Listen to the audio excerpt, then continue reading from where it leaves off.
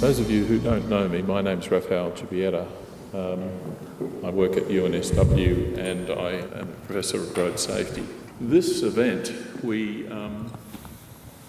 mooted about this event for about the past couple of years, and so now it's finally come about and we're extremely grateful to our speakers. We have been particularly frustrated in Sydney. I have been particularly frustrated in Sydney.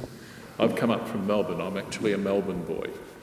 And in Melbourne, and likewise I gather from my road safety colleagues in Queensland,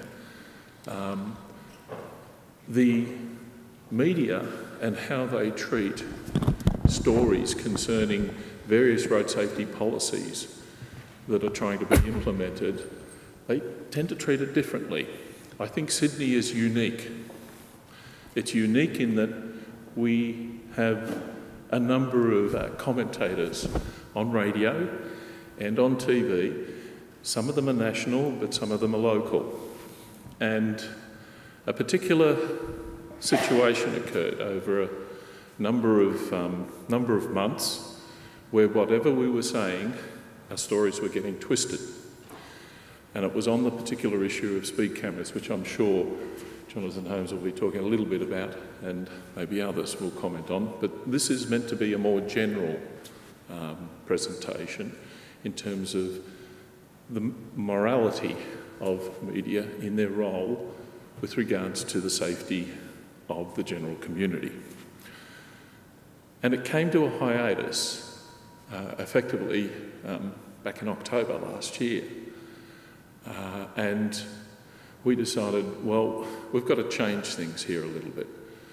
And I've had various interviews. I think one of our guest speakers, Soames, will talk a little bit about that as well, where what we have said to the media, the expert response, has been counteracted by effectively lobbyists who have no expertise but are pushing a particular agenda. And so trying to sort your way through some of that is difficult. For the public in general, who do you believe? So that's what this is all about, is talking about the morality of the media in that role and how they present the stories to the general community and how we interpret that. So I'd like, without further ado, to introduce our panel moderator, which is Teresa Senserrick, who is chair of the New South Wales chapter for road safety. And thank you, Raf. Just to let you know, we would like it to be fairly informal tonight and very interactive. So we're not having any formal presentations.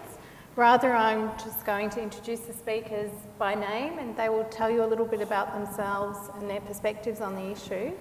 And we have some examples to demonstrate on screen, but we'd really like it to be interactive. So please put your hand up and jump in with a question at any time once the introductions are done. So on the panel, we have Jacob Saulwick, who's the transport reporter with the Sydney Morning Herald. Happy to be called Jake tonight in our informal meeting. Dr. Soames Job, who is the Executive Director at the National Road Safety Council. Jonathan Holmes, host of Media Watch. And Dr. Simon Longstaff, Executive Director of the St James Ethics Centre. So I'm going to start by each speaker, inviting each speaker to speak for a few minutes. Could we start with you, Simon? Thank you for inviting us here today, and good evening to everybody. My name's Simon Longstaff. You've heard I head up St James Ethics Centre, and what I thought I'd do in terms of making a contribution to our conversation is to try and sketch a little what I think the ethical landscape looks like in this area. And it requires us to recognise two worlds, quite different worlds, which intersect in the media. One of these worlds is the world of the market, which allows for, as it always has, certainly from the time of people like Adam Smith writing in The Wealth of Nations. It allows for a perfectly acceptable form of self-interest to be pursued.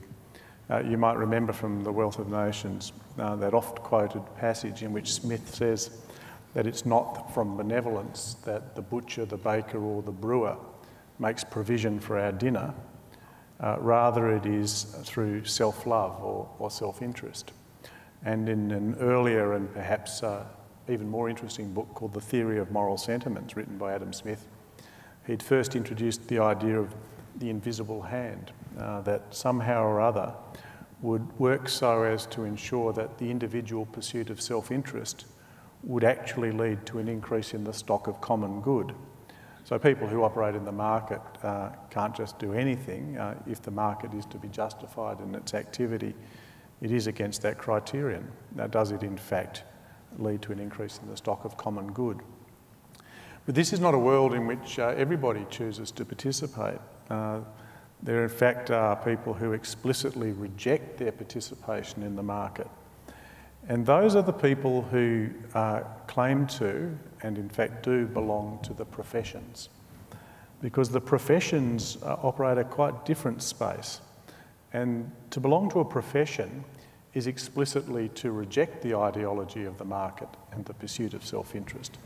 Because for a very long time now, the professions have been defined as those people who act in a spirit of public service, usually to secure some defined good. So you would expect in the case of, say, lawyers, that the good they seek to secure is justice.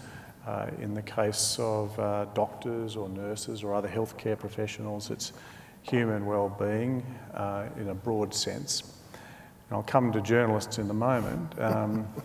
But what you also see is that, for example, a lawyer has an overriding duty, because of this duty to act in a spirit of public service, to the court and the administration of justice, which comes before the duty they owe to their client, before the duty they owe to their profession, before the duty they owe to themselves. So members of the profession subordinate self-interest to the very lowest level, and in return for their doing so, they are often accorded status, sometimes monopolies of certain kind of work that they might do, and in many cases they enjoy various forms of preferment, even allowing them to do quite well economically. Because a social compact that society says that if you don't pursue self-interest in that way, then what we'll do is we'll allow you to prosper more generally and enjoy our respect and regard. The other distinguishing feature about the professions is that they have a duty to serve interests rather than wants. So if you've got a doctor in a surgery and a patient comes in and says, "Oh, doctor, look, I want to be very clear about this. What I want is a big block of dairy milk chocolate." If the doctor knows the patient to be a diabetic, they will have no hesitation in saying to that person, "I know what you want, but it's not in your interests that I should provide the chocolate to a diabetic, and therefore I'm not going to collude in a way that would harm you." Whereas if they were to go, the same person, wanting the chocolate to a corner store, that is into the world of the market, the person running the corner store would say, "Well, here's the chocolate. You know, if you can afford it and you want it, I'll satisfy your wants." So when we come to journalists, they, to the extent that they claim to be and wish to be seen to be as members of a profession, then they have the same kind of obligations placed upon them. They must subordinate all of their interests, including their own, to the public interest. And they must serve interests rather than merely wants. Which is why when you see the kind of topic that we're going to talk about today, there's a particular importance in understanding this ethical landscape which I'm trying to sketch for you. You would have to discern as a journalist the difference, therefore, between what is in the public interest and what the public happens to be interested in. The public might be interested in lots of things. It might be interested in scandal and these other things, and you'd have to be clear that you weren't smuggling in the enjoyment of privileges like shield laws and other things, and the notion of the fourth estate, if all you were ever prepared to do is just meet wants of that kind. But equally, and this is where I'll wind up, sorry I've gone on a bit, each of the professions has a defining good, and I mentioned the good of justice in the case of lawyers, health and wellbeing in the case of doctors and others in the healthcare area. Well, of course, there's a defining good that journalists have, which is truth. And this is not to say that truth is easily found. It's a thing that you have to wrestle with, you struggle with. But what's at least expected of you if you claim to be a professional journalist is that you care about the truth and that you struggle to find it.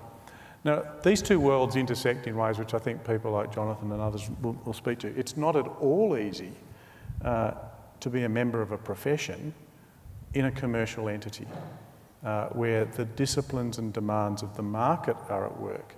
And that's true of doctors that work in private health areas, of lawyers that work in corporations and engineers and others, and it's equally true of journalists. And I think many of the things that we might find which lead to the aberrations that some of us might think occur in the way in which the media operates, and it's broader than just journalism, of course, in the media, can be accounted for the friction between those two worlds, the world of the professional journalist and the world of the market in the corporate media entity. Thanks, Simon.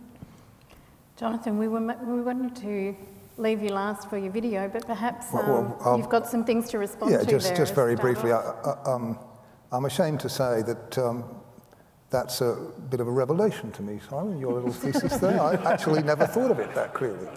I'm supposed to understand this stuff. But that was a very, very clear exposition of precisely the tensions that I think lie at the bottom of all of this. And obviously, following on Simon's observation, somebody who works for the ABC, for example, is removed from the market to a great degree. You know, it doesn't matter to the ABC, crucially, as it does to a commercial enterprise, how many people are watching at any one moment or what your ratings are. Of course, we want to generally rate, you know, but it's not, the pressures are quite different. And the market pressures on journalists become more intense, the more competitive the particular area that they work in is, and the more they work in the mass medium, where what matters is the number of people that watch. To fulfill the needs, the commercial needs of their employers, to attract large numbers of people, the temptation is to tell them what they want to hear rather than what is necessarily true. That's the essential conflict that especially mass medium journalists encounter every day. And I have an example of it, but let's share that later. Okay, we'll do that. Soames, would you like to go next? Sure. I suppose what's been interesting to me about dealing with the media and watching how it transpires afterwards is that it's quite different depending on where you are. So I've bounced a few times from government roles in road safety to academic to government, and one of the things that strikes me first is that you are actually treated quite differently depending on which of those roles you're in. If you're in an independent role, like working for a university, then your expertise is accepted as having a certain value as an expert. If, on the other hand, you're in government, then exactly the same view, with exactly the same level of credibility in terms of your history, doesn't get remotely the same response. And you are treated as, well, you're saying that, but I suspect you're just saying it because the government wants you to say that, and you're really just a stooge for defending government policy no matter what it is. So I think one of the issues that jumps out to me about media is that there are assumptions about why you're saying what you're saying. I think that in a way the easy answer, the easy kind of attack on this is, well, media is about selling newspapers, it's also about selling advertising space, and one of my close friends as an undergraduate at university became a journalist for many years with a very well recognised newspaper in the state, and said to me after many years in that role, he described his job this way: my job is to fill the blank spaces between the ads so that people will look at the ads. But I think that's actually much too simple.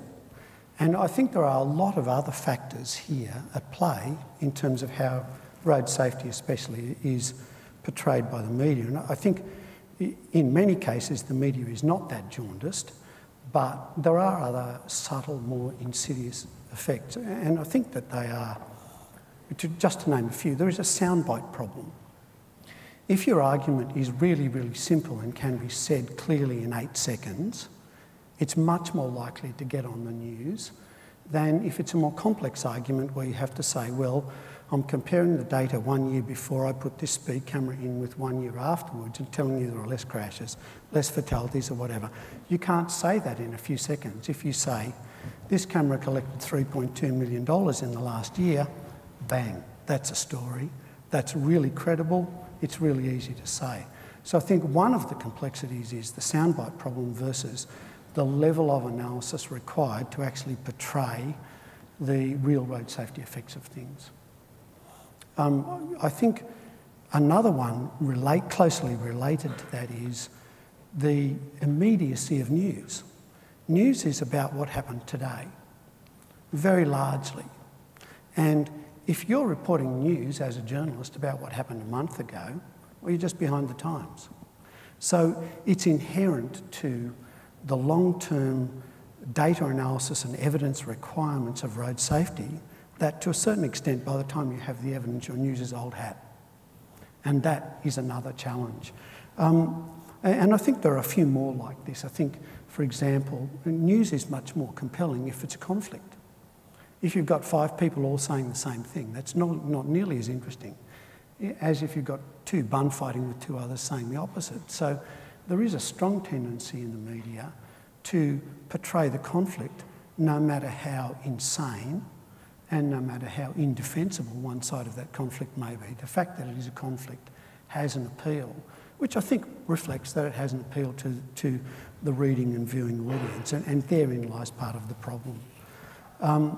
I think it's also very powerfully the case within our society that within the media, and much more than the media, within TV programs, within movies, etc., expertise implies a complete loss of touch with practicality and reality.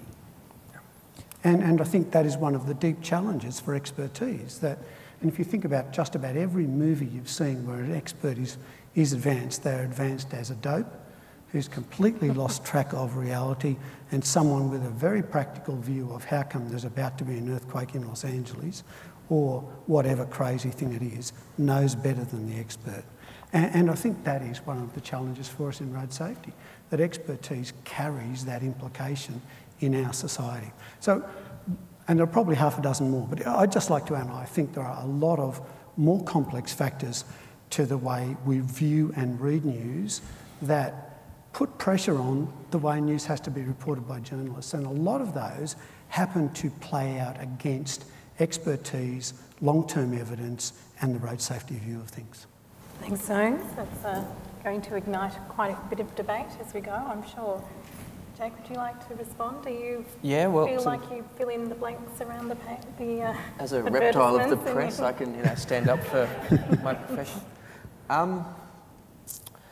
So I work for the Sydney Morning Herald, and I would guess that I'm not really, or the Herald is not really the villain in this piece. I think I've interviewed you before, and yeah, I'd agree with that, Jake. I don't think.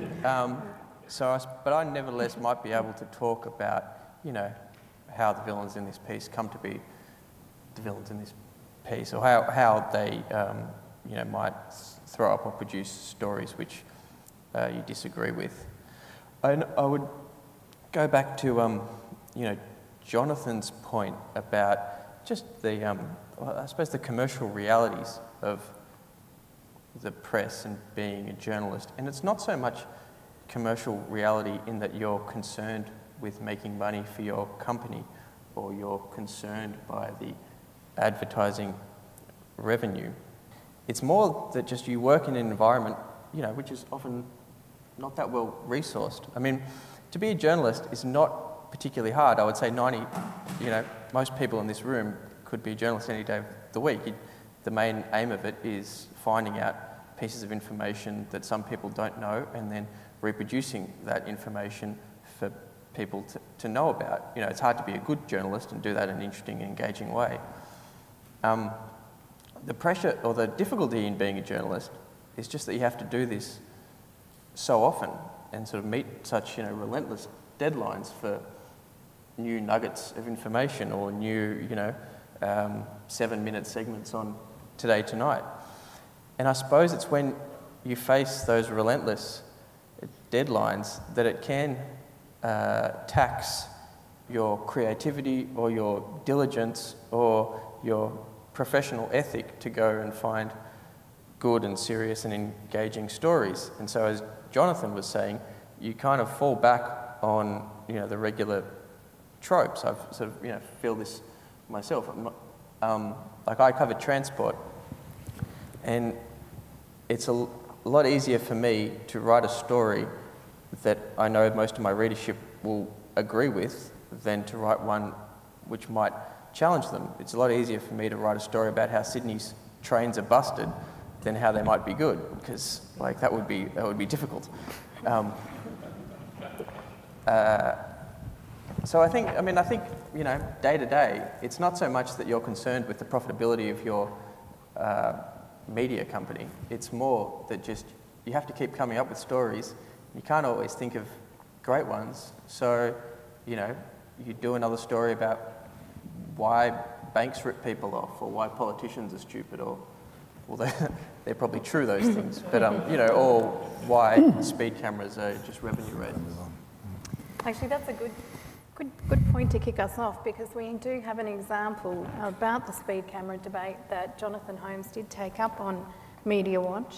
Just before we do it, one of the things it exemplifies is something that Soames talked about, which is the way that the expert is treated, in this case Raphael, versus a dissident who is, and you see this with the climate change debate all the time. The dissident comes out as equally weighted. It's two equal sides, and we're being really, really fair and giving you both of them the opportunity to say about 15 words. And there is no respect in that kind of journalism for the superiority of one person's expertise over another, because that's actually elitist, which is a very bad thing to be. Okay, let's have a look at it. Now, while we're on the subject of road safety and responsible journalism, here's a question, and I warn you, it's a tough one. Which of the following would you expect to produce more reliable results? 35 peer-reviewed trials and studies conducted by research centres around the world and evaluated in this paper, which concluded: speed cameras are a worthwhile intervention for reducing the number of road traffic injuries and deaths. Or a single uncontrolled experiment conducted by the 9 networks A Current Affair, which concluded: based on those findings, the camera made no discernible difference to driver behaviour. See, I told you it'd be a tough question. Here's Layla McKinnon. Now to the ongoing debate over whether speed cameras actually save lives. While police say they help reduce the road toll, most of us think of them as government cash cows. Well, tonight we put them to the test.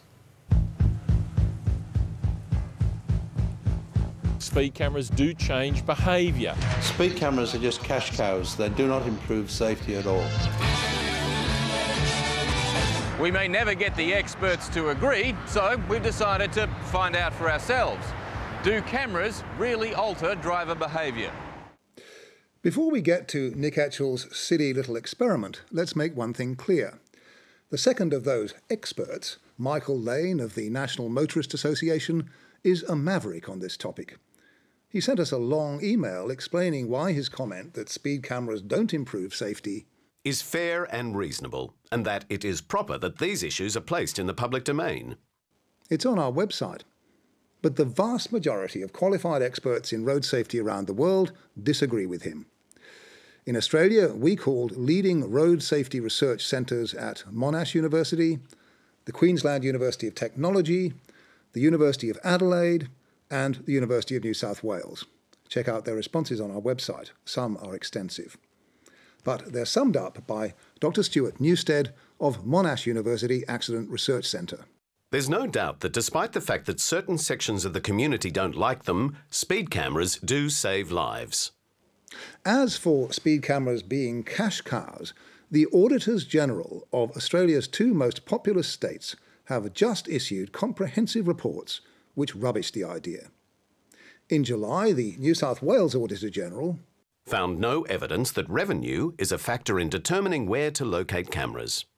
And just 3 weeks ago, this report from the Victorian Auditor General's office also found that generating revenue is demonstrably not the primary purpose of the road safety camera program. 2 thorough recent reports that have examined all the evidence. Both conclude that speed cameras do reduce accidents. So, naturally, when a current affair tackles the ongoing debate over whether speed cameras actually save lives, it would tell us about those reports, wouldn't it? Are you kidding?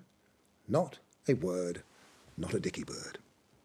Instead, we have Nick Etchells playing at being a scientist with a Mickey Mouse trial that would make a Year 9 student blush. 51, 52, 56. We tested 2 locations to how fast drivers were travelling and how many were speeding. The first site has an obvious speed camera known to locals. 58. The second site was on a long straight road where the speed camera operator hid, sort of, behind a tree. The result, announced Etchells triumphantly. At the non-camera site, the 60 zone, the average speed was 53 kilometres an hour, and the number of speeders, 0.5%, exactly the same as at the camera location. Based on those findings, the camera made no discernible difference to driver behaviour. Your sample size is way too small. There are plenty of other reasons why ACA's trial was scientifically worthless. As a colleague of Professor Gibietta wrote in an email we've posted on our website, no one with any capacity for logical and critical thought would give this demonstration credence as reliable evidence. The question, of course, is whether a current affair is capable of logical and critical thought. Well, I think we've answered that question, don't you? But it's no laughing matter. As Victoria's Auditor General wrote in the comprehensive report that ACA ignored, despite clear evidence to the contrary, there is ongoing public concern that the program is revenue-raising, inaccurate, or not soundly grounded in improving road safety outcomes. This has placed the program's ongoing legitimacy at risk. By reinforcing those doubts with its absurd trial, a current affair is actively reducing public confidence in a program that saves lives. That's about as irresponsible as the media can get. A current affair didn't respond to our questions. Lots more material about speed cameras on our website, and be sure to tune in for another fun-crushing episode next week. Would you like to speak to that first, Jonathan? Oh, well, look, I mean, many people with much more expertise in road safety than me.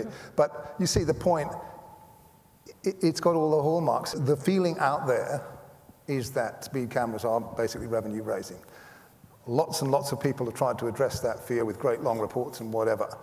Vast amounts of money gone, and effort gone into producing the reports and whatever. And one 7-8 minute segment like that does far more damage, than all the reports put together.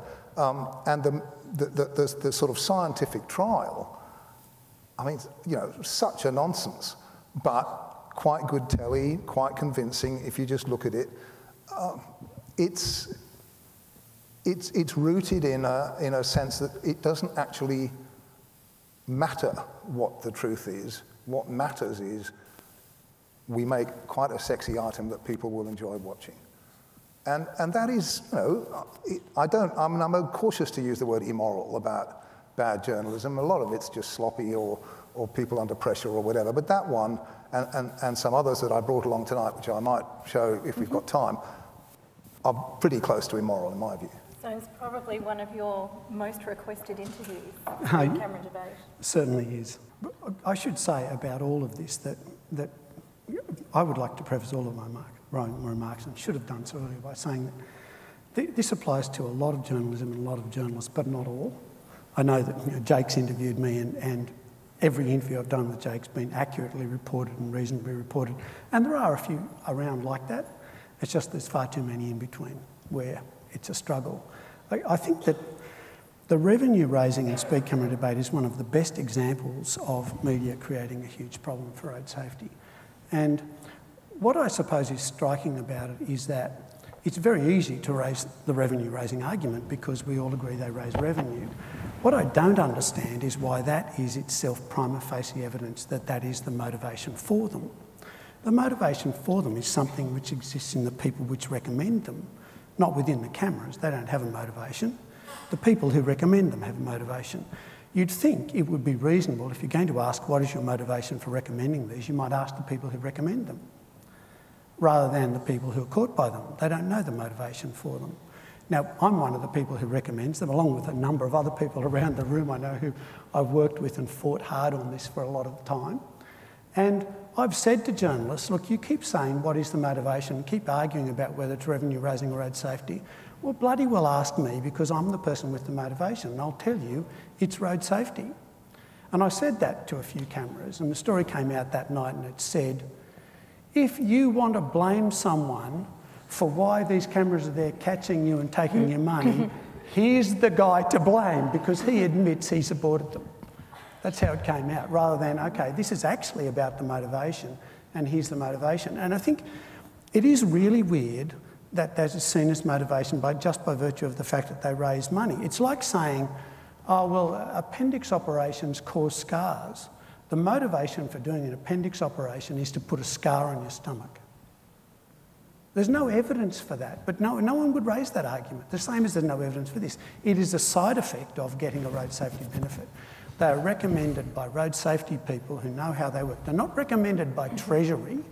None of these recommendations for road safety for speed cameras came from Treasury. They came from the Centre for Road Safety. They came from MUAC. They came from the road safety experts. And I think that should be recognised. That is actually the motivation which exists in the people.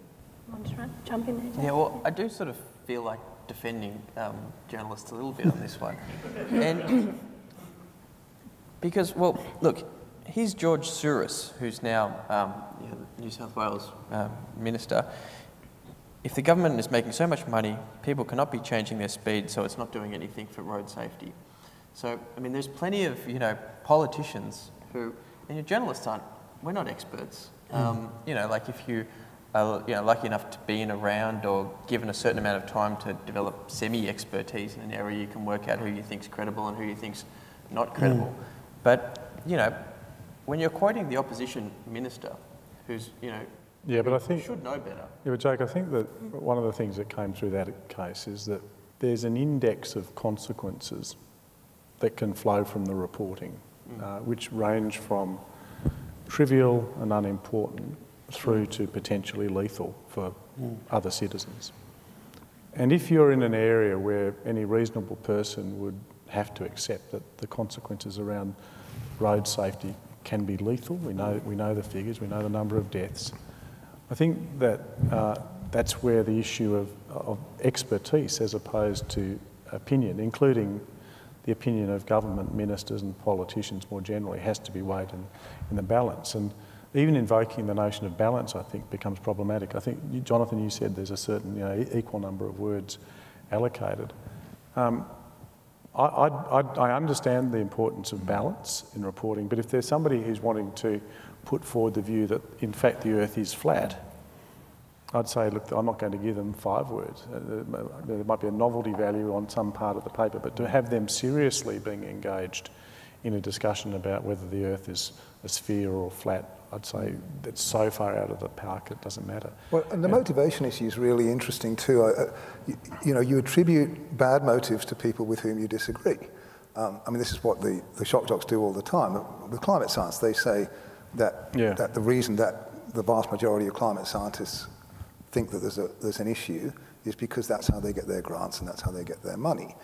The fact that Professor Ian Plimer and Professor Bob Carter both make much more money by being climate change dissidents than they would possibly make as being obscure professors never seems to occur to them.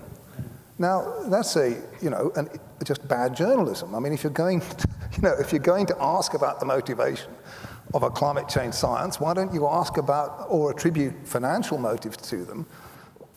And you've got a bloke in front of you that's made, I have no idea, but Ian Plimer's book sold extremely well around the world. He would have made a lot of money from that book. That doesn't apparently affect his motivation.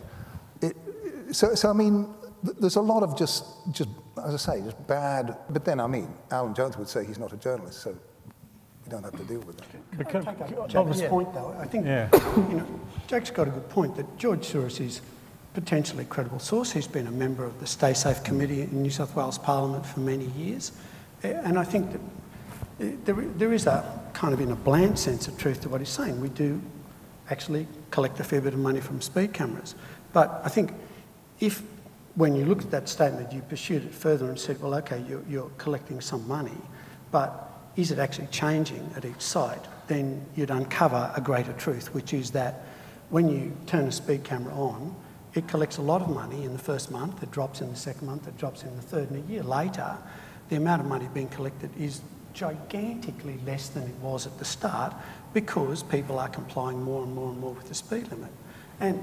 And so even though there is a point that there is money being collected still, the amount being collected is hugely less than it is at the start.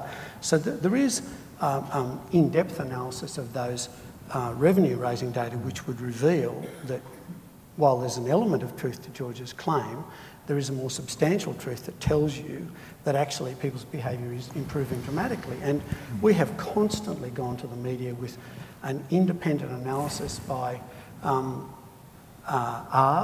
of our first 28 cameras that said speeding was reduced by 70%, fatalities were reduced by 90%, injuries were reduced by 20%. Never does that make the story. But I'd be interested to, because when I raised this about the index of risk, I do recognise there's a problem too, that a paper will be an organ of public record, and so when the minister or a politician says this, there's also a question, do you report the mere fact that it's being said? So I understand that. So the issue is not whether or not it can be reported. It's really, I think, more about what, so I'll ask you, Jake, given that sort of situation where these words are uttered in the Parliament, how do you handle it then so that it doesn't confer upon it a spurious authority while at the same time discharging your obligation to report on what was said? Well, for instance, there was the Herald ran a front page story, I think in January, about a proposal from the City of Sydney to reduce the speed limit in the CBD to 40 kilometres an hour. And I wasn't working around that time, and someone else did the story. But I think the story came from an opposition member, and there were quotes from Walt Secord, the opposition MLC, sort of saying, what an outrageous suggestion, this will just make it slower, more difficult to get across the city. And I think the story might have come from him. I think it was a Clover Moore submission. I think it was a submission from Clover Moore to a committee, a parliamentary committee. Oh, it was the guy who works for the City of Sydney. His evidence to a parliamentary committee that hadn't been picked up a few weeks ago. Yeah. Now, I mean, it's a story. If the City of Sydney is proposing to cut the speed limit to 40 kilometres an hour, that's right. And so if I was around, and only because I've been doing this job for almost a year and sort of know a little bit about what the issues are, I would kind of, balance Walt Secord's comments with some evidence which suggests that, you can't drive 40, 50k an hour during the CBD most of the time anyway, so it's a sort of academic exercise, and, there are reasons why you might want to cut the speed limit back to 40, or there's, good evidence. However, if you have to become an instant expert at something to produce the story for the next day's paper. But Jake, surely what goes on, and I don't know whether there's time for this, but what goes on very often on these issues is an alliance between, especially opposition politicians and the popular media, to push a line which they both know will appeal to the audience. I mean, another classic is the whole business of sentencing in prisons. The alliance between opposition politicians and the Daily Telegraph, in this case, to push a political line that will appeal to the telly's readers. I'm not defending that practice. No, I know you're not. And of course you're right. Of course you're right that if a politician... It's worth understanding it, though, to what the pressure is. If a politician says something, of course you've got a duty to report it. But equally... it's what Jay Rosen talks about, the he said, she said journalism, that journalists surely have a responsibility if a politician is talking rubbish to research that and kind of try to say so. I know that's hard in tabloid journalism and quick instant journalism. I know it is hard, but this is more of a conscious alliance in this particular instance. Meanwhile, this is what the Daily Telegraph calls news week after week. Soft touch. Exclusive. Andrew Clennell. The Attorney-General has gone soft on crime, ordering the Law Reform Commission to find ways of keeping criminals out of the state's bulging jails. Yes, it's that wearyingly familiar phenomenon, the tabloid law and order beat-up. For nearly a month now, New South Wales's Attorney-General has been targeted by the Telegraph. Not so long ago, it was dishing out the same treatment to Labor. Get out of jail free. Flooding suburban streets with violent offenders is the latest scheme to deal with the state's overflowing jails. In fact, the Keneally Labor government was merely looking for substitutes for the failed policy of weekend detention. And the new policy was supported by the then Shadow Attorney-General, Greg Smith. Rehabilitation programs can't be run properly in prison. They're much more effective when done outside. Traditionally, state oppositions, regardless of party, curry favour with the voters and the tabloid press by claiming that the government's mollycoddling criminals. For example, the Herald Sun and the Liberal opposition played the law and order game for all it was worth in the run-up to the Victorian state election. But in New South Wales last year, Greg Smith, a former state prosecutor with genuine expertise on crime and punishment, wouldn't play. As the Australian reported during the state election campaign last March, the Libs talk about sobering up centres, a presumption in favour of bail, genuine rehabilitation for criminals and the perils of tougher sentencing. It's hard for the shock jocks to whip up outrage when they can't find politicians to agree with them. Well, now the Libs are in government. Mr Smith is Attorney-General and he's doing what he always said he would do, although not according to the Daily Telegraph. How Greg Smith went from Rambo to Marshmallow. That story and an editorial the previous day cherry-picked the occasional hardline quote by Smith to make it look as though his push for alternatives to prison for less serious offenders represents a complete change of heart. It doesn't. Arguably, it's Labor that has changed its tune. Criminal gangs are running riot in southwest Sydney, and the government's response is to reduce jail sentences. Opposition leader John Robertson said. Neither side wants to reduce sentences for serious crimes. But the Labor opposition saw the spate of drive-by shootings plaguing southwest Sydney as an opportunity to attack a policy goal it previously supported. The government's position itself isn't new. The telly's soft touch story was mainly based on this. Media release, 23rd of September 2011. Sentencing laws to be reviewed. It was 4 months old. So whose idea was it to do the story in January? Andrew Clennell's? Well, no. As he told his mate Ray Hadley on 2GB, the Sentencing Council had issued a discussion paper that week. And look, yeah, the opposition came to me and said, look, we want to call for a freeze on this. We don't think this is an appropriate time for this sort of review. I mean, look what's happening on the streets of Western and southwestern Sydney. The opposition came to him. And a week later, Clennell was at it again. Exclusive. Gays minorities get bail, but the rest go straight to jail. They love their monopoly at the telly. But this story is based on a draft Law Reform Commission report. 300 pages long, hasn't been finalised, hasn't officially gone to the minister. Yet, Clennell reports, in a decision which has angered police, the presumption against bail for serious offences would also be removed under the proposals. Decision? What decision? We asked the telly. It replied, the outcomes of the draft Law Reform Commission report.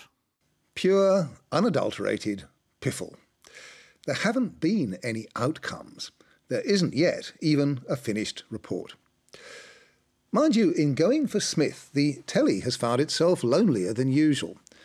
The shock jocks who can normally be relied on to leap on any soft-on-crime story in the Telegraph mostly haven't obliged. But 2GB's Ray Hadley has been only too happy to support the telly and to bash the Attorney-General. This bloke is a raving lunatic, the Attorney-General. As I've said many times, This is a coalition Attorney-General who's behaving like he's a card-carrying member of the extreme left of the Labor Party. A raving lunatic. In a recent speech, the new Chief Justice of New South Wales, Tom Bathurst, deplored the fact that community trust in the criminal justice system is eroding. Much of this distrust is fuelled by misinformation that is propagated by sections of the media who prefer to inflame rather than inform. Who could he have met? I mean, the point being, Jake, the opposition come to the state political reporter of the biggest newspaper in Sydney and say, here's a good yarn, you know, did you see that report back in September? Well, we'll give you a couple of good quotes and it'll make the front page. And, you know, the story was a complete beat-up. I mean, Greg Smith is not, I don't know, I just... He's not a marshmallow?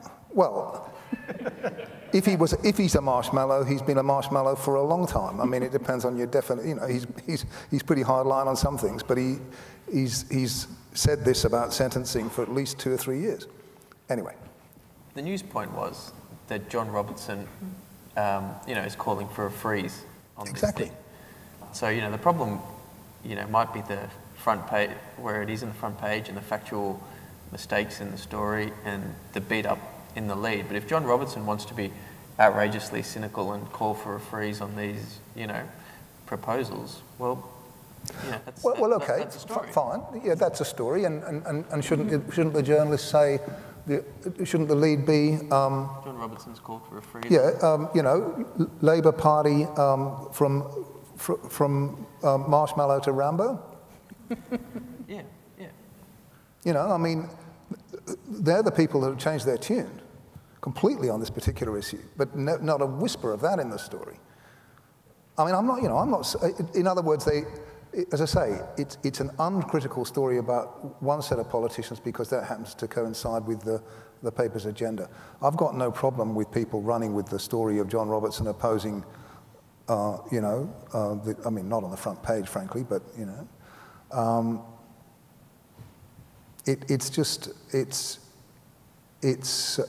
It's agenda journalism. Jake, I guess there are times when you can research a piece and take quite a while working it up, and there are other times that you do have to respond immediately. And I think, you know, I myself remember the days when a paper only came out once a day, and now there's multiple issues, and there's the internet where stories are getting up as quickly as they can and quicker than the next person. Do you have that pressure? Is that part of why you think there might be these sloppy cases of journalism? Yeah, I think maybe it's like a really segmented market. I mean,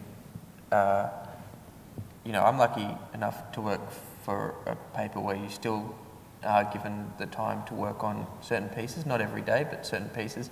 And also, I mean, there's pure commercial self-interest in doing that, because if we want people to buy the Saturday paper, you know, we want to have robust, well-informed, interesting pieces, and we're selling to a market who, you know, who want that. You know, and then there's all different stuff that you have to provide through the day, and others have to provide through the day as well. So the market need not be a lowest common denominator. Do we have a question over? Jake, you'll remember this. Last year we did an FOI on the point-to-point speed cameras. And for those who don't understand them, they're probably one of the most fair ways of catching motorists speeding. It's not just at an instant point, it's between 35 and 70 kilometres. You've got to actually average a very fast speed to get booked. And we did an FOI, and it came out that in 2 locations, one near Bathurst and the other one going up Pacific Highway, the legislation said it was only for truck drivers. 17 truck drivers had been booked in that 6 months period.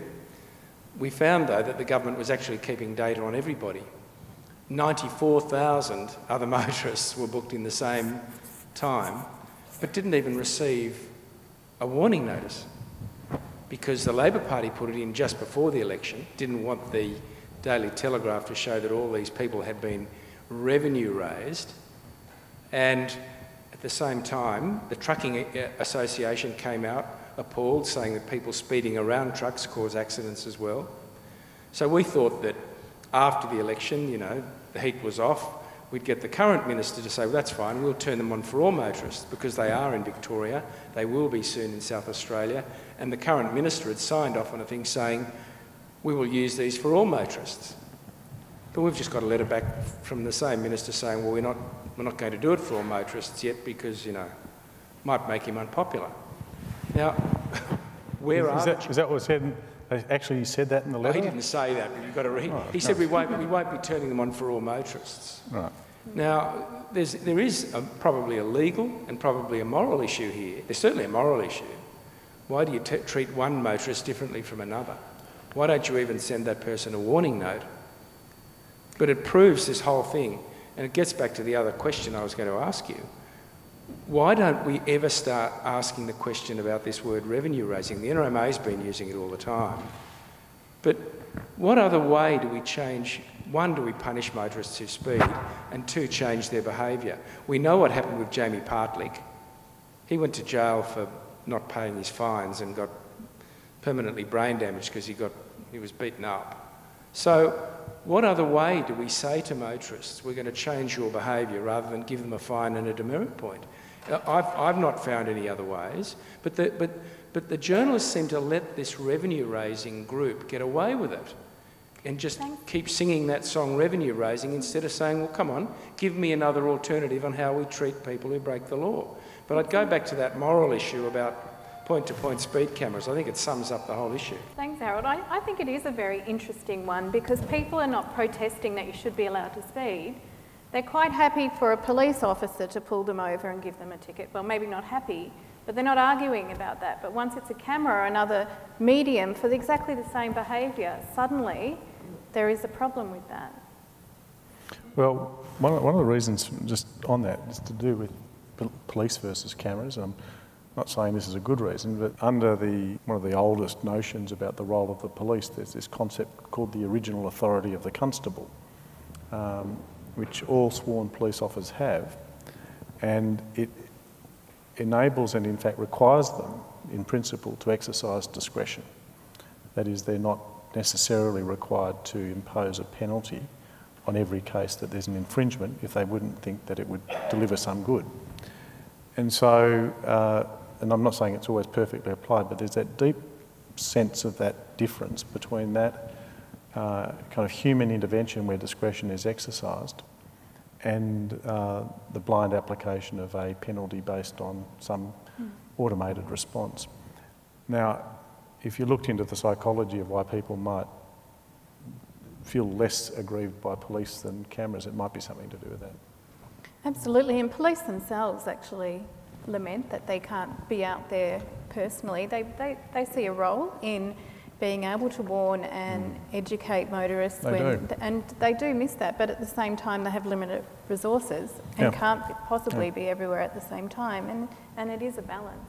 Let me start by saying that a few weeks ago Jake wrote an article on the front page of the Sydney Morning Herald which covered this issue and quoted very accurately and reasonably some support for point-to-point speed cameras. So this isn't a ubiquitous negative from journalists, but I think that there is an oddity going on here within journalism that there is, I think, a certain mistrust of technology, and I think that's also part of the reason, as well as what Simon's been identifying, that they don't see the being pulled over by the police as involving a technology which is kind of heartless and independent of them, but actually the judgment of a human being.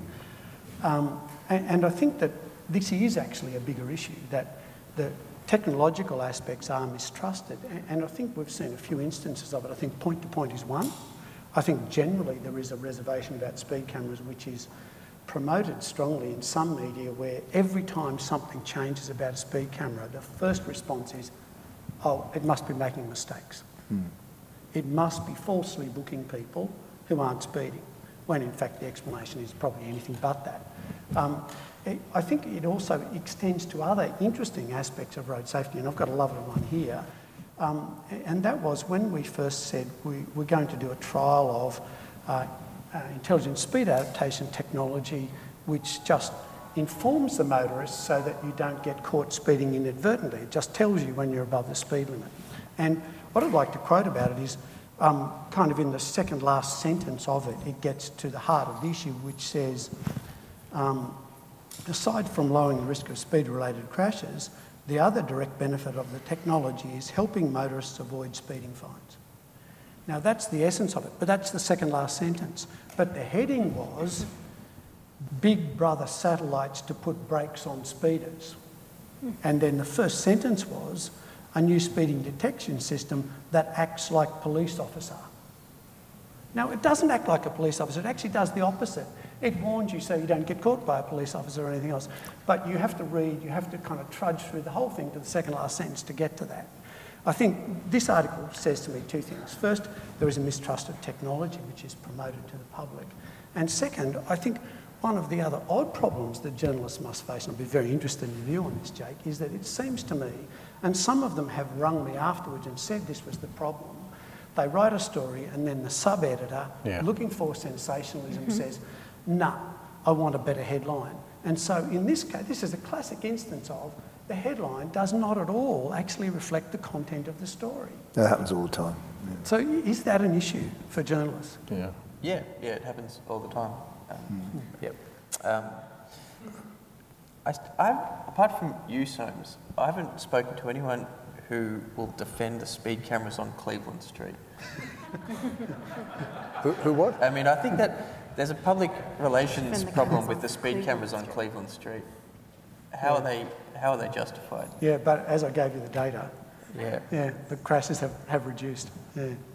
But it is a public relations problem. I think you're right. A lot of intelligent people think there can be no justification. Yeah, but don't forget that just to go a bit deeper in terms of the debates here, the other problem that you'll get, and it's not limited to this kind of issue, is that people with expertise will normally assume that the evidence and will proving good consequences is the best kind of argument to make. So you'll find this, say, in medical research, for example, about the vexed question of whether or not to use destructive research on embryos for stem cell research. You'll often get the advocates who'll say, well, look, of course we should do, because here's the evidence to show the likely reduction in illness, disease and other things, without realising that they're going to be talking into a proportion of the population that does not care about consequences. Their ethical framework is that there are some things which are right and some things are wrong. And so if you're from a religious perspective, you'd say, I don't care if you end all disease of X type. If God says you don't do this, then you don't do it. Now, I raise that because I think part of the problem with these debates, and one of the things to handle in the media as well, is that it's not just the ends that are secured, namely, say, a reduction in fatalities or other things that people are thinking about. They're also questioning the means by which that's secured. And if you think in a public debate that the data answers all of the concerns, then that's a mistake, I think. I think human beings have multiple reasons. And so part of the challenge for those who engage in the media in this, like you, for example, is you're going to be able to deploy multiple types of argument for the multiple types of audience that are there. And you put the journalist in the mix who's under pressure to get a simple story that can be put through, and they'll possibly filter out even your subtleties. Yeah, and I think, I think one has to be very wary of this thought about immorality. That is, I mean, I sit up there and pontificate every week.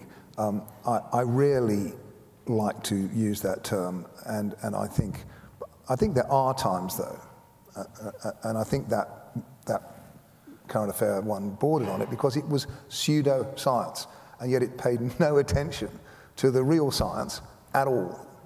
It just said, oh, well, the experts are never going to agree, so we're going to decide it. I mean, come along. That is so puerile that it borders on, certainly irresponsibility, utter irresponsibility, bordering on immorality. But a lot of the time, I mean, there were genuinely debates out there. The people who disagree with the experts might be doing it from, as Simon says, for perfectly sort of solid, to them, solid ethical reasons or whatever, or moral reasons. And so, I mean, I do think we have to be, and the media has every right to, I mean, people have, for example, great fear of the nanny state.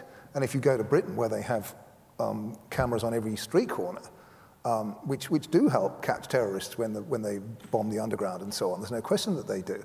But there's a lot of resentment of just the sheer intrusion into people's privacy that's caused by this absolute proliferation. But I think you've put your finger on very neatly on the particular problem in that report about the speed cameras, in that it sought to present itself as some kind of science without paying any respect at all to the scientific standards which experts in this field themselves would be held accountable to apply. So it was two people trying to get in questions about that. Perhaps if we just do 1 and 2. I just wanted to first say I cycled here and I miss a lot of the talkback radio where people are being incited to sort of veer off and push me off the road. So I would definitely say there's a morality around some of that kind of inciting people to violence. But I was surprised to see the take on speed cameras as revenue raising. And I was wondering if you'd seen the flip side of it, that VW fund theory where the revenue raised then became part of a lottery, and if you were obeying the speed limit, you were eligible to win. So then I think they trialled it in Stockholm, and people who were under the speed threshold actually got entered in the lottery and were quite happy when they won. It wasn't a huge prize. Actually, Victoria, the Transport Accident Commission in Victoria some years ago were spotting and getting people to, their staff to go around and report people who were good drivers. And quite a few drivers had discounts on their vehicle registrations and other rewards. And so the reward system has been trialled, and how you evaluate how effective it is complicated, but there are programs like that available. Forgive the analogy that Andrew Wilkie purports to be a real friend of anyone that has a problem with pokies, but in fact has been the worst solution for a problem gambler because he took such a hard line that in fact the outcomes are worse. So I'm taking a pragmatic approach to what I'm saying. You guys have the moral argument without any stretch of it. You've also got the facts on your side. So I actually am surprised to hear that the media is actually the conduit of the problem, rather than what you're actually talking about as a cultural message that goes well beyond a soundbite or him finding a shiny new toy tomorrow because he's got to do a new story. So yes, he might get one story that's poor, but it's the core message that you're right has got to get out there through other means. And part of it is you've got to spend some money to do that. And to rely on a third party, being a Murdoch or a Fairfax, to deliver your message is foolhardy, particularly when your message is so good and so important. So forgive me, but I actually disagree that you should rely on journalists who don't actually have a qualification in a lot of cases. So while you say profession and compare it to judges, that's actually quite a flawed position. These are often kids that are earning 35 grand who have not even done a communications degree. So you're right that it's, in principle, what you're saying could make a lot of sense, but I actually see you guys having a fantastic opportunity. And you take the current affair one, why didn't you the next day go to Today Tonight? They would have loved to kick the pants out of them for being reckless, dangerous life killers. And Today Tonight, they have their tits and tats. So yes, Nick was wrong, but isn't there more of an ownership on you guys delivering the message properly? Well, I think they did try to do precisely that, didn't you, Would you like to Rafi? respond? You know, you don't get anywhere with that. Quite often we have. And I've routinely received emails saying, oh, sorry, what was that? A few weeks later, we missed that last week, and then the timing's gone, we can't present it anymore. We have responded on numerous occasions with opinion pieces. I remember the Mark Scaife story where he came out and he said that we should be increasing the speed limits on freeways to 130, 140 and training our drivers to be as good as German drivers. Well, he didn't get his facts right, and so we then released an opinion piece about that on UNSW. But the thing was that we didn't get much take on that at all by the journalists on the counter view. It was the view coming from a racing car driver which outweighed our perspective of that. So, and you have received a written apology about the motorcycle and speed camera story, but nothing was aired actually on the television. We do try, and Soames has got a response as well from him. I think it's an interesting and legitimate point of view. We do actually do a lot of other things to try and get the message out. So you can look at the website of the Centre for Road Safety and various other places, and you'll find the evidence there. I'm really, in some cases, stunned by instances where plain facts are wrong, and I've written letters into newspapers and said, well, actually, no, the road toll in New South Wales has been going down and down and down, not up. You're simply wrong. They just don't publish them in many cases. In some cases, they do. But the other very important thing to say here is, actually, in a strange sort of way, we're winning. And I think we sometimes lose track of that. So, you know, in surveys we've published, good surveys, not, you know, ring into our website and say yes or no, but surveys of randomly selected 1,500 drivers in New South Wales, a large majority of New South Wales drivers support speed cameras. A large majority in various forms. So, you know, it's, in a way, if media think they're promoting something which is a popular view, they're actually misunderstanding what the popular view is. And I think those data say that it's a struggle, and sometimes some parts of the media are against us, other parts of the media give us good and reasonable that happens. But in a surprising way, we're winning. Yeah. And I think that does happen quite often. I mean, the poker machine is another example of that. All the surveys say that 60 to 70% of the population, especially in the states that are most affected, New South Wales, Queensland, support some kind of action to limit the amount of damage that poker machines do. They're not necessarily completely wedded to the, you know, Andrew Wilkie particular plan, but they want something done. And yet, if you look at the coverage of the Wilkie proposal in the popular media, it was mostly antagonistic. And I think that's because simply the clubs have a much better PR organisation, and were feeding the stories much more satisfactorily to the journos. There was no equivalent organisation, you know, ganging up in favour. Tim Costello was on the radio this morning doing exactly as that gentleman proposed. Stop the Pokies, or whatever it's called. The Alliance is funding direct advertising.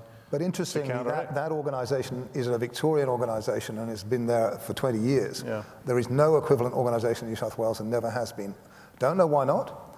I think perhaps because the Victorians gave the monopoly of pokies to two companies that were able to be portrayed as bogeymen, whereas in New South Wales it's, you know, hundreds of thousands of clubs and pubs.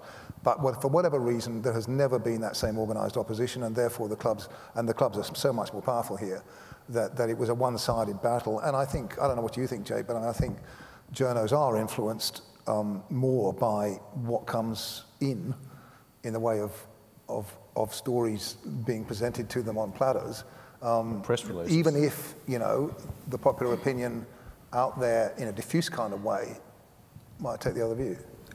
Yeah, by and large, probably. Mm. Yeah, I mean, I agree. Like, I think it's a matter of, you know, being really energetic, and you know, the clubs lobby, to take an example, are amazingly energetic. I mean, they're always on the phone. They've always got an angle, and they understand what's news, and they understand that you need a picture, and they understand, you know. And I don't want to write up their stuff necessarily, but they're there, and they're you know, like, they've got people doing it 24/7, pushing their message across. I mean, there's this statistic that's constantly put out there. Again, I have no idea if it's accurate or not, but you read it all the time about there being 3 PR people or 4 PR people now to every 1 employed journalist. I mean, I say, no idea if that's accurate, but certainly what is true is that as the number of fully employed journalists goes down, the number of fully employed PR people goes up, and the two are going this way, you know. Yeah, so I think you should be more aggressive. Yeah, and I do think, as a community, we often, if we're against something, that we'll get up and jump up and down more than be promoting the positive point, and I do think that that's certainly an issue. I'm just noticing the time, and I would like to leave the rest of the session. We've talked a lot about the problems. If we could turn it around and talk about some potential solutions.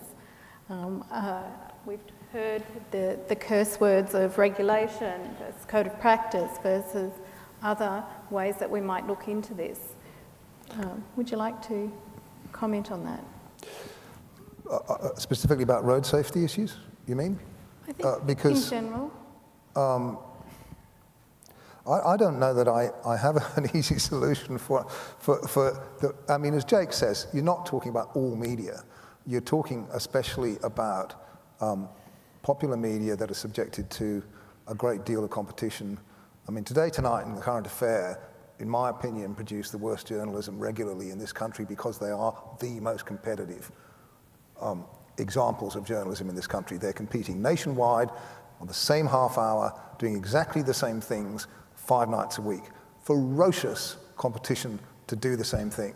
And they look at the ratings not, you know, every day, every 5 minutes. They can now tell which items are popular, when it goes up, when it goes down. And they study that stuff remorselessly. It is ferocious. And that is what produces the journalism that you see every night on those programs. Now, to counter that, you have got to find somebody really sexy, whether I mean literally really sexy, or at least a bloody good media performer who is able to come up with a gimmick that will make them go, wow, you know? Which isn't the image of the expert we've heard tonight. Yeah. On the contrary, you almost want somebody to say, look, I know you think all the experts talk rubbish, and you know, but, you know, and you need to find somebody whose kid was killed, you know, in a speed thing and is going to really come out and advocate it because, you know, this would save it to my kid. Or a racing car driver. Yeah, you know, indeed, you know. Their solution is training and education for everyone. Well, unfortunately, anyway, we don't support that in research either. Yeah. We'll just make this the last audience question if we could. I think the question was put, how could there be anything other than penalties, that is fines and demerit points? Well, perhaps there can be a variation in that, such as if there's a location where people complain about there being the fines could be taken away and the penalties ramped up, so that automatic cancelled licence, for example. In other words, there just don't seem to be alternatives open to the public where the public can have an influence on what's happening with those speed cameras, so the speed cameras become the object of angst, and the penalties become the object of angst. So, you know, the fine can be taken away and the penalty ramped up, or the penalty pushed down and the fine ramped up. In other words, there can be alternatives. I'd approach the issue of solutions from 2 different perspectives. First of all, in terms of road safety in the broadest sense, the ultimate solution to this problem isn't going to be these subtle and unsubtle pushes for changes in behaviour, but actually engineering the behaviour out of the realm of possibility. And I think one of our deepest problems is that we are not biting that bullet hard enough. So instead of fining people for speeding, it's technologically possible right now to build cars so you can't speed in them. Now, I would love that as a driver if I could simply put my foot down and it wouldn't let me speed. I don't have to look at the speedo again. I don't have to worry about whether I'm inadvertently speeding. It simply stops the car moving past a speed which is above the speed limit. Hallelujah. So I think a lot of the solution is actually the safe systems approach. It is actually engineering in the barriers to the behaviours instead of trying to educate them out. In getting down to the more specific issue of journalism and the issues and concerns we have with the media, I think the media is just one cog in a whole sequence here, and we're kind of singling it out. The media is catering to an audience. If we want the media to change, if we want that to change, we've got to change the audience. And I think to the greater extent we could educate that audience to demand a more sophisticated approach, to demand a deeper analysis. You've got to do that through the media, though. That's the problem. Exactly. Yeah, well, that's right. That's part of it. But we do have other ways of getting to people in an education system, and I think that should be a greater part of what we do there.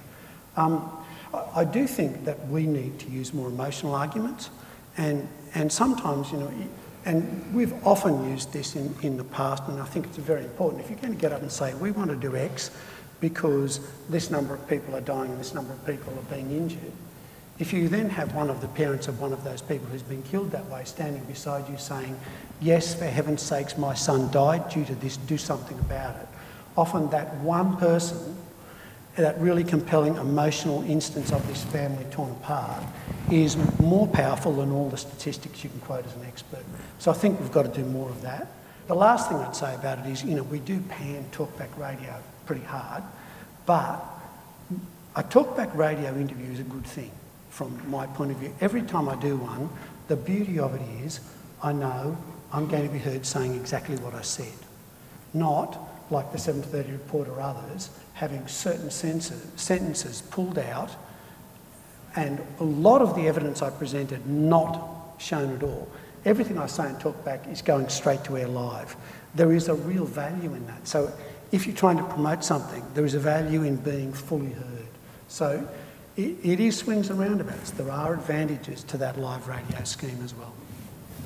And Soames, you might know the percentage, before we move on, that it's only a very small proportion of drivers that do have demerit points at any time. It's over 70% of New South Wales drivers have lost no demerit points, have no demerit points missing from their licence for the last 3 years. So sometimes we're actually focusing on a minority of the population that is projecting a majority image. Simon, you recently held a debate at the Opera House on the media has no morals, and actually found that it was voted actually against that people did agree that the media did have morals. Could you perhaps comment on We've done that kind of debate on a couple of occasions, and Jonathan's been involved. Yeah, I was gobsmacking. Yeah. We do it before, it's interesting, before the debate is held, we do a poll of the audience, and they invariably say, yes, the media have no morals. But by the end of the debate, when they've heard the arguments, they change their minds, and usually by quite a large percentage. And the reason they change their mind is that they're brought to a point where they begin to see that journalists may be part of the problem, but as Jonathan was commenting, they are almost certainly also part of the solution. Because for every person who does something which ends up justly being criticised by Jonathan on Media Watch, there are thousands of others out there who are not doing that kind of thing, who are doing the right thing. The one that amazed me, though, so the one I was in at IQ2 in Angel Place was that the motion was that this House can be trusted with the truth. Yeah, the media can be trusted to tell the truth. Yeah. And I was opposing the motion, and I thought it would be the absolute doddle. I mean, of course you can't trust the media to tell the truth. I mean, of course, who in their right minds? The other side necessarily pointed to him and said, well, here's a man who's an exemplification of the ability to trust the media to tell the truth. Well, but you shouldn't trust anybody. Like, it's, of course you can't. Anyway, we lost. Yeah. And we lost. You can see I mean, my boss was on the other side, Mark Scott. Jonathan's been scarred by this, you can tell. Yeah. But to come back to the kind of question, I can't speak with any authority at all about what might make roads safer. But I think in terms of ethics and the media, there are a couple of things. Firstly, I would resist the temptation to lower our sights. I think 35 or 25-year-old people with communications degrees who are setting up as journalists should be expected to honour the higher ideals of the profession. Secondly, I think that journalists themselves should be far more supportive of good practice and defend each other where they do it, and they will on occasions do it when there is something at stake. Thirdly, I think we shouldn't expect heroic acts from journalists necessarily as something more modest as an expectation, which is that they more often than not fall on the right side of a story, just on the right side, because that then starts to condition the environment in which they operate. And I disagree with Soames about saying that this is ultimately about changing the marketplace and its attitudes. I think that's true, but I've had lots of arguments with editors about this. I think that whatever their audience is, they should not surrender their own responsibility to offer something better on occasions than even people might expect of them and for themselves. So I would be doing more of those things around reinforcing the better spirits, if you like, within journalism. And as part of that, I would think that there's a need for the profession to start to think more seriously, to have more conversations of this kind about the sorts of issues we've touched on, perhaps somewhat lightly today, about how they evaluate the relative weight to be given to a person who has spent decades looking at an issue, and the reports that Jonathan spoke to in his first clip, versus the throwaway line from a person who's an instant expert in some particular area. I think if they could get some clearer sense of the index of consequence that might flow from or who's a maverick. I mean, or a maverick, an obsessive maverick.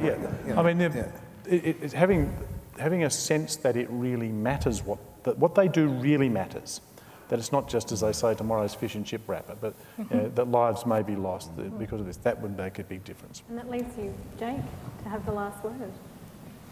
I mean, I think this is a bit of a contest of perspectives, and you've obviously got a perspective which is well-grounded and which is very important.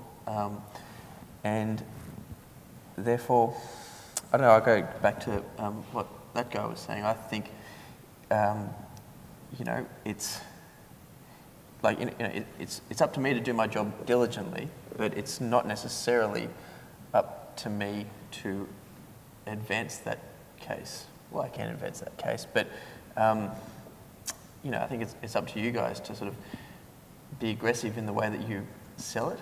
I mean,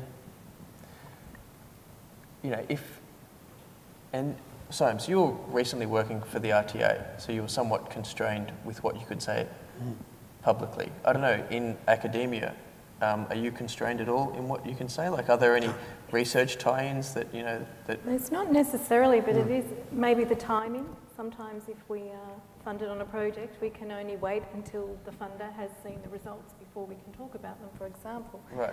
But actually, if we had more time, I would bring in Dr. Reese Hinchcliffe in the audience, who did his PhD looking at a particular issue of research transfer into policy, and found there's quite a disagreement amongst academic community about, is that their role? They should be doing the research, but it's up to other people. That there's quite a conflict about whether we should be the advocates. I do believe we have an advocacy role, but there are a lot of others that believe that that's overstepping the mark. We have to provide the evidence, but it's not for us to try and push it. And I would just add, and I know this is a much more extreme example, but if you talk to climate scientists, and I know a couple personally quite well, they have been really burnt in the last 2 or 3 years by the way they've been treated when they go out into the public forum, especially on Talkback Radio, and try to persuade, you know, try to make scientific arguments to people like Alan Jones. It is bruising, and then, you know, followed up by hundreds of incredibly hostile emails and death threats and God knows what. In that area, it has just got out of control, and scientists have got a real problem with it. You know, and it's not fair to say, well, you know, your job is to save the world and my job is to report what you say, you know? No, this one, I'm not saying that anything like as much vitriol is involved, but there is a responsibility on journalists, in my opinion, to go looking for the truth, as Simon says, not just to say, well, you know, who shouts loudest gets the airtime. Yeah, true. Well, in the interest of time, I think we can all agree that we can all be active in having a role, and hopefully you've learnt something of interest tonight and enjoyed the evening. And could you please join me in thanking our panellists this evening? Thank you.